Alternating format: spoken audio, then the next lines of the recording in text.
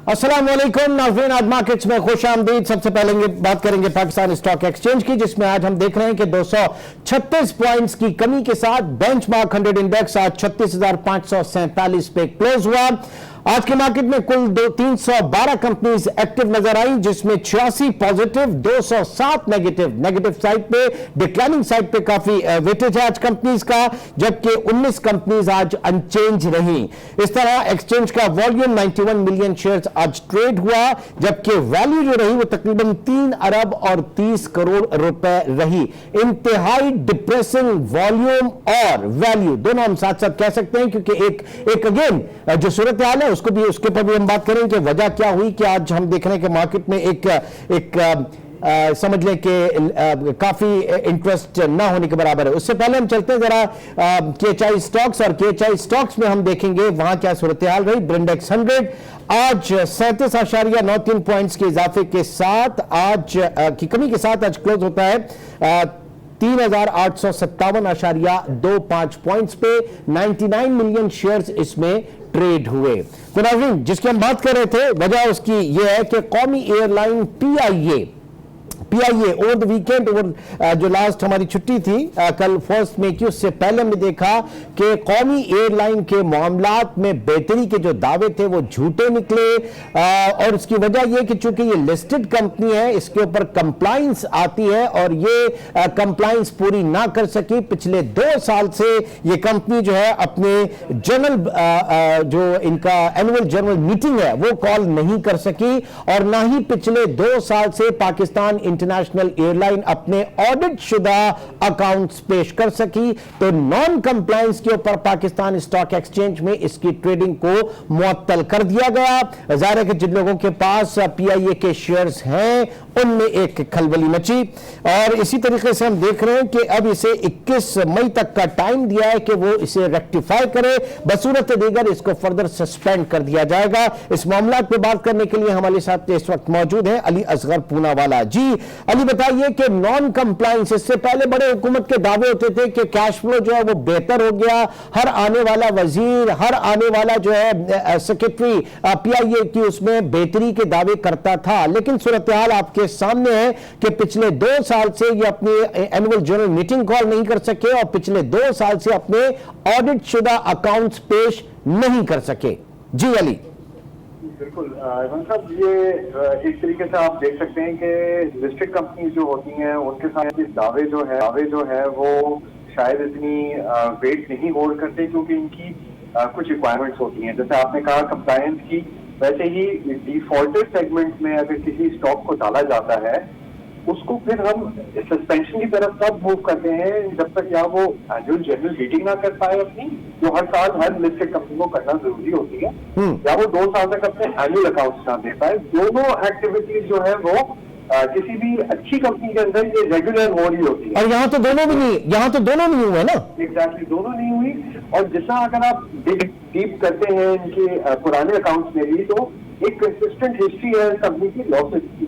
हाँ। और इसके अलावा भी अगर देखा जाए तो क्योंकि ये एक स्टेट एंटिटी है और इसके अंदर पूरा जो बोर्ड है वो स्टेट अपॉइंटेड होता है, तो आपको हिस्ट्री में भी, इसकी रीसेंट हिस्ट्री में भी ये चीज नजर आती है। इसके चेयरमैन हो गया या इसके जो बोर्ड के रिप्रेजेंटेटिव हो गए, वो बड़ी कंटिन्यूस स्पीड से या तो उनकी सीट हटाई जाती है या नए लोगों को अपॉइंट किया जाता है उनकी जगह पर।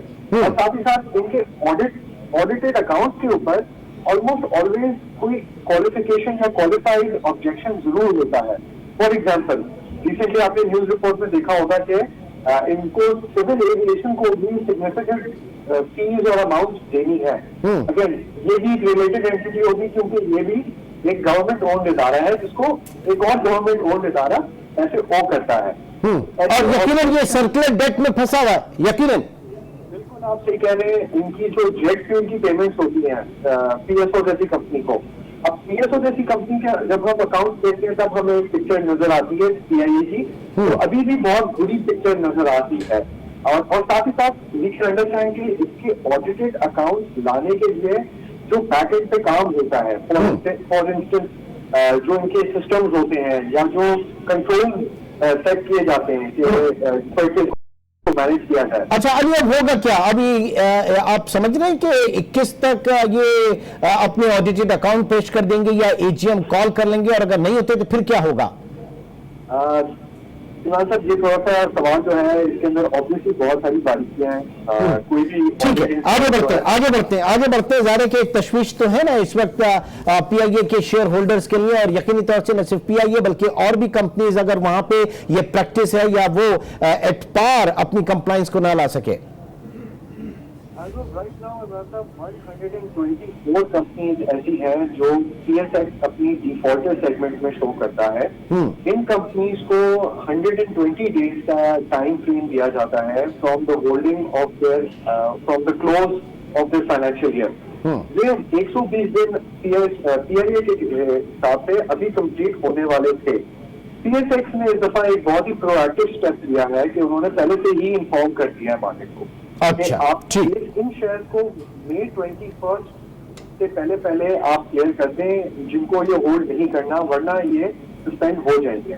ठीक है, बहुत शुक्रिया अली असगर। और अब तो होना यह भी चाहिए था कि वो तमाम तर दावे जो पाकिस्तान रेलवे के हवाले से हैं, पाकिस्तान रेलवे को भी लिस्टेड होना चाहिए, ताकि फिर कौम को पता चले कि कौन से वजीर कौन से मुशीर आके इतने जो तराने गाते हैं कि रेलवे को इतना उन्होंने जो है प्रॉफिटेबल एंटिटी बना दिया। असल में ये इदारे खड़े कहां पे? पीआईए का केस आज हमारे सामने आया क्योंकि नॉन कंप्लायंस इस इदारे ने पिछले 2 साल से ना अपनी एनुअल जनरल बॉडी मीटिंग जो है वो कॉल की, और ना ही इसने अपने ऑडिटेड अकाउंट्स पेश किए। एक छोटे से ब्रेक की तरफ चलेंगे, ब्रेक के बाद बात करेंगे कुछ महंगाई के जिन की।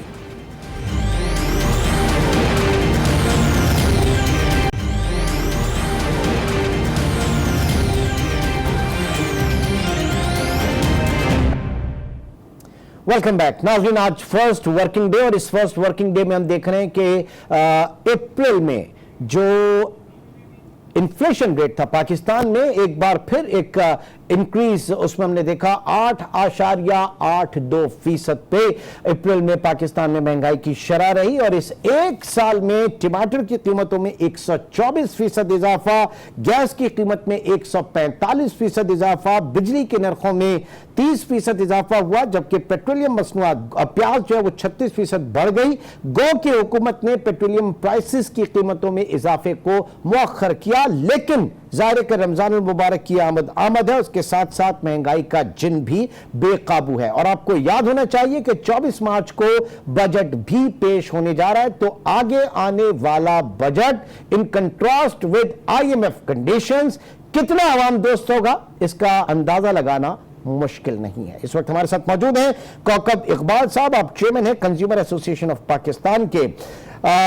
जनाब अली, फरमाइएगा, हर साल ये प्रैक्टिस होती है कि रमजान में हुकूमत बड़े दावे करती है कि कीमतों को जो है वो कंट्रोल किया जाएगा, प्राइस लिस्ट जो है वो बड़ी तवातुर के साथ आती है, आप लोग जो है ये हमारी कंट्रोलर जनरल जो प्राइस है इसके साथ मिलके छापे भी मारते हैं, लेकिन होता हुआ था कुछ नहीं है। 10 रुपए की चीज 110 रुपए में बिकती है। फायदा क्या होता है सर एक्सरसाइज का जनरल साहब? देखिए, बात यह है कि जब तक ये मुनाफाखोरी का रुझान चलता रहेगा, इसके लिए जो मैकेनिज़्म है उसको सख्त तरीन सज़ाओं की ज़रूरत है। ये सिर्फ जुर्माने करने से या जुर्माने करने के बाद जो पैसा आता है वो सिर्फ हुकूमत के ख़जाने में जमा हो जाता है, वो बात दुरुस्त नहीं है। मैं समझता हूँ कि इसके लिए सख्त तरीन सज़ाएँ दी जाए, और शुरू में ही रमज़ान शरीफ के 10 दिन हम अगर कंट्रोल कर लें, जैसे मैंने पिछले साल ये किया था कि हमने अपील की थी कि लोग जो है खरीदने से गुरेज करें, और इस साल भी हम यही कर रहे हैं कि शुरू में के 10 दिन जो है वो फिर अपील कर रहे हैं लोगों से कि फल फ्रूट जो महंगी अशिया है वो खरीदने से गुरेज करें। देखिए, सबसे पहले तो हमें ये समझाने की ज़रूरत है कि रमज़ान में रोज़ा रखा क्यों जाता है। हमें भूख प्यास को देखने के लिए रोज़ा रखते हैं, गरीबों के लिए उनके पेट में जब वो उनको भूख लग रही होती है तो उनको किस तरह की भूख लगती है, रोजे का मकसद सर ये है। आप इखलाकी हवाले से बात कर रहे हैं, इसमें कोई शक नहीं कि अगर डिमांड सप्लाई का एक रूल है, लोग डिमांड कम कर दें, सप्लाई कंस्ट्रेन जाहिर के नहीं होगा, सप्लाई बहुत ज्यादा हो जाएगी, उसके बाद पेरिशेबल आइटम है, इनकी शेल्फ लाइफ नहीं होती, ये फल जो है ये सड़ने शुरू हो जाएंगे, यही होगा ना। लेकिन बात है गुड गवर्नेंस की, हम इखलाकियात के ऊपर कहां तक इस मुआशरे को लेकर चलेंगे, गवर्नेंस कहां है हुकूमत की और इदारों की। देखिए गवर्नर यहाँ पे गवर्नेंस के लिए जो रूल्स हैं वो उसके कंट्रोलर जनरल प्राइजेज हैं इफ्तिखार शेरवानी साहब जो कमिश्नर कराची हैं, ये उनके और एडिशनल कमिश्नर है। मुसलसल अभी 2 हफ्ते से मीटिंगें हो रही हैं, मैं अभी भी इस वक्त कमिश्नर कराची की मीटिंग में से आ रहा हूँ। हाँ। और उसको तमाम लोगों को, तमाम ताजरों को, तमाम एसोसिएशनों को जो इससे ताल्लुक़ रखती है उनको बुलाया जाता है और उनको ये तंबीह भी की जा रही है अखलाकी तौर पर। यह है मगर हमारा जो वो ताजिर है मुनाफाखोर, कुछ लोग तो अपनी जो मुनाफाखोरी नहीं करते, मुनाफा लेना उस ताजिर का हक है, मगर मैं समझता हूँ कि नाजायज मुनाफाखोरी, नाजायज मुनाफाखोरी सर इसके लिए जो आपने भी कहा कि जुर्माने से काम नहीं चलेगा, जुर्माना तो गवर्नमेंट की किटी में आ जाता है, इनके लिए सख्त तरीन सजाएं हो, इनको बंद कर दे उठा के इन लोगों को जो ऐसा करते हैं। लेकिन एक गरीब ठेले वाले को आप पकड़ेंगे, पीछे जो आड़ती है, पीछे जो सप्लायर है, वहां तक हाथ कैसे पहुंचेगा। देखिए होलसेलर्स, आड़ती और मार्केट की जो मार्केट कमेटी है, ये उसका काम है कि वहाँ से जो फल फ्रूट निकल रहे हैं वो उसको चेक करें और हुकूमत के मुकर्रर करदा रेटों पर ख़रीदना भी सार्फिन की जिम्मेदारी है। अब लोगों के पास माशी सूरत हाल इतनी अबतर है कि उनके पास टाइम नहीं होता कि वो प्राइस लिस्ट को भी चेक करें। मैं फिर अपील करता हूँ तमाम अपने सार्फिन से कि उनको अगर कोई शिकायत है तो कमिश्नर कराची की टेलीफोन नंबर्स पे, कंज्यूमर एसोसिएशन ऑफ पाकिस्तान के टेलीफोन नंबर पे अपनी शिकायतें दर्ज कराएं ताकि ज़्यादा से ज़्यादा इन मुनाफाखोरों के खिलाफ आप सर आप चेयरमैन हैं कंज्यूमर एसोसिएशन ऑफ पाकिस्तान के और बात हम कर रहे हैं सिर्फ कराची की। देखिए महंगाई तो पूरे मुल्क में होगी, मैं तो बात कर रहा हूं पूरे मुल्क में इस तरह की कोई कंसेंसस नहीं, हमारे इदारों के दरमियान कोई ऐसा नेटवर्क नहीं है, कोई ऐसा जो है एक प्लेटफॉर्म नहीं है। देखिए पूरे पाकिस्तान में हमारे दफातर हैं और वहाँ के जैसे चेयरमैन पंजाब हैं, चेयरमैन सिंध हैं, वो अपने अपने मुतालिका डिप्टी कमिश्नर और कमिश्नर्स के साथ राब्ते में है और यही मैकेनिज्म जो कराची में है उसका किया जाएगा। अब बात यह है कि इसमें जिस तरह आपने बताया कि पहले ही महंगाई में काफ़ी हद तक इजाफा हो चुका है और 8.5 की जो फिगर दी है मैं समझता हूँ इससे कहीं ज़्यादा है, तो इसके ऊपर जो है वो उनको ये देखना होगा। मगर पूरे साल जो है मुनाफाखोरी का रुझान रहता है। अगर हमारा ये ताजे समझ लें कि ये जो महीना है मुकद्दस महीना है, हम इनके लिए भी इसमें अपना कोई फ़र्ज अदा कर लें और अखलाकी तौर पे कोई फ़र्ज अदा कर लें तो महंगाई को कंट्रोल करने के लिए टीमें जहाँ निकालने की ज़रूरत हो, बल्कि वो खुद जो है वो अपने तौर पे ऐलान करें कि हम तमाम ताजिर एसोसिएशन कि हम जो है ये अगर कोई मुनाफाखोरी करेगा तो इन काली भेड़ों को जो है हम खुद पेश करेंगे। और वंस फॉर ऑल एक दफा हम भी एक सार्फिन जो है वो ये प्रैक्टिस करके देख लें कि असल जो रूह है रोजे की उसके ऊपर अमल करते हुए हम रोजा उसी तरीके से रखें, उसी तरीके से अफ्तार करें तो यकीन जाने की जो पेरिशेबल आइटम हैं इनकी शेल्फ लाइफ इतनी नहीं होती। एक फल अगर आप ना खरीदें 15 दिन में 10 दिन में उसकी वो सड़ जाएगा, गल जाएगा, इतना जबरदस्त नुकसान जो है स्ट्रीट के लोगों को होगा कि फिर वो सब इंसान बन जाएंगे। यही मेरे ख्याल से खुलासा होगा सर। जी बिल्कुल, आपने सुल्तान भाई बिल्कुल सही बात कही और मैं समझता हूं कि देखें ये रोजा रखने का मकसद भी सामने आ जाएगा। भूख प्यास हम किस लिए बर्दाश्त करते हैं उसका भी मकसद सामने आ जाएगा। सिर्फ हमें तरावी पढ़ने से, नमाजें पढ़ने से, रमज़ान शरीफ पे रोज़ा रखने से, रोज़ा रखने के मकासद को मद्देनजर रखना चाहिए। तो ये एक बहुत बड़ा एक वो है और कल से हमारी जो मुहिम है सोशल मीडिया से हम लोगों को जो है बड़ा इफेक्टिव है। पाकिस्तान में सोशल मीडिया बहुत इफेक्टिव है। बड़ी खुशी होगी कि अगर एक मजबूत चीज के लिए सोशल मीडिया जो है वो अपना किरदार अदा करे। अच्छा, इसके अलावा आपको जाहिर है कि किस तरीके की गवर्नमेंट से यकीन दहानी कराई गई है आपकी एसोसिएशन को साथ काम करने की?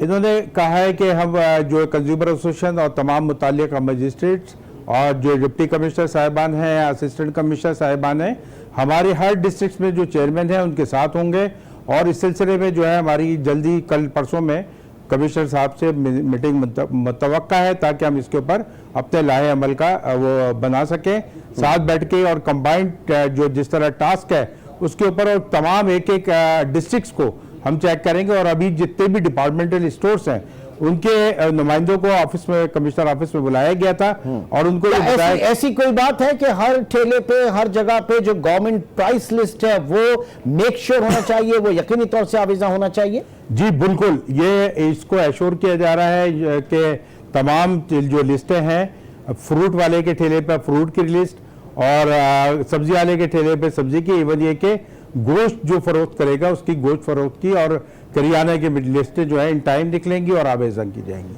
और इसमें मीडिया से आप क्या क्या फेवर चाहते हैं कि मीडिया किस किस्म से आप लोगों की हेल्प करे, क्योंकि जाहिर है कि पब्लिक एट लार्ज एक ये मसला है महंगाई का, मुनाफाखोरी का। मीडिया को चाहिए कि इस वक्त तमाम वो उसकी निशानदेही करे, जहाँ जहाँ मुनाफाखोर लोगों की जेबें खाली करने पे लगे होंगे और गले सड़े फल भी बेच रहे होंगे, मुजरे सेहत अशिया भी बेच रहे होंगे और उसके साथ मिलावट शुदा अशिया भी बेच रहे होंगे, तो हमें चाहिए कि इस मौके पे जो है मीडिया से मैं तवक्का करता हूँ कि इसमें भरपूर जो है कंज्यूमर एसोसिएशन का और तमाम जितने भी पूरे पाकिस्तान में जो डायरेक्टरेट है कमिश्नर्स के, उनके साथ और हुकूमत सिंध के साथ, हुकूमत पाकिस्तान के साथ मिलके और तमाम सूबाई हुकूमतों के साथ मिलके वो अपना रोल अदा करें, ताकि हम लोगों को बताने के लिए जो सबसे पहला रोल है वो ये है कि वो उनको बताए कि रोजे की अहमियत, जैसे वो मुख्तलिफ प्रोग्राम हो रहे हैं रमजान के हवाले से, उसमें बताए कि ये गैर जरूरी खरीदारी से गुरेज करें, असराफ से बचा जाए। बहुत बहुत शुक्रिया। Chairman consumer association of Pakistan Kaukab Iqbal साहब इस वक्त हमारे साथ मौजूद थे। इदारा हुकूमत के साथ, हुकूमती इदारों के साथ मिलकर, बिलखुसूस कंट्रोलर जनरल प्राइसेस के साथ मिलकर एक मुहिम चलाएगा जिसमें नाजायज मुनाफाखोरी करने वालों के खिलाफ कार्रवाई की जाएगी। लेकिन इन सबसे कहीं ज्यादा रोल जो है वो हम आवाम का है कि हम आवाम जो है इस वक्त किस तरीके से निमट सकते हैं, रोजे को उसकी असल रूह के हिसाब से रखिए और अफ्तार कीजिए, फिर देखिए कि पाकिस्तान में यह मिसाल कायम हो जाएगी। इंशाल्लाह आपसे कल मुलाकात होगी। अपना बहुत ख्याल रखिएगा। अल्लाह हाफ़िज़।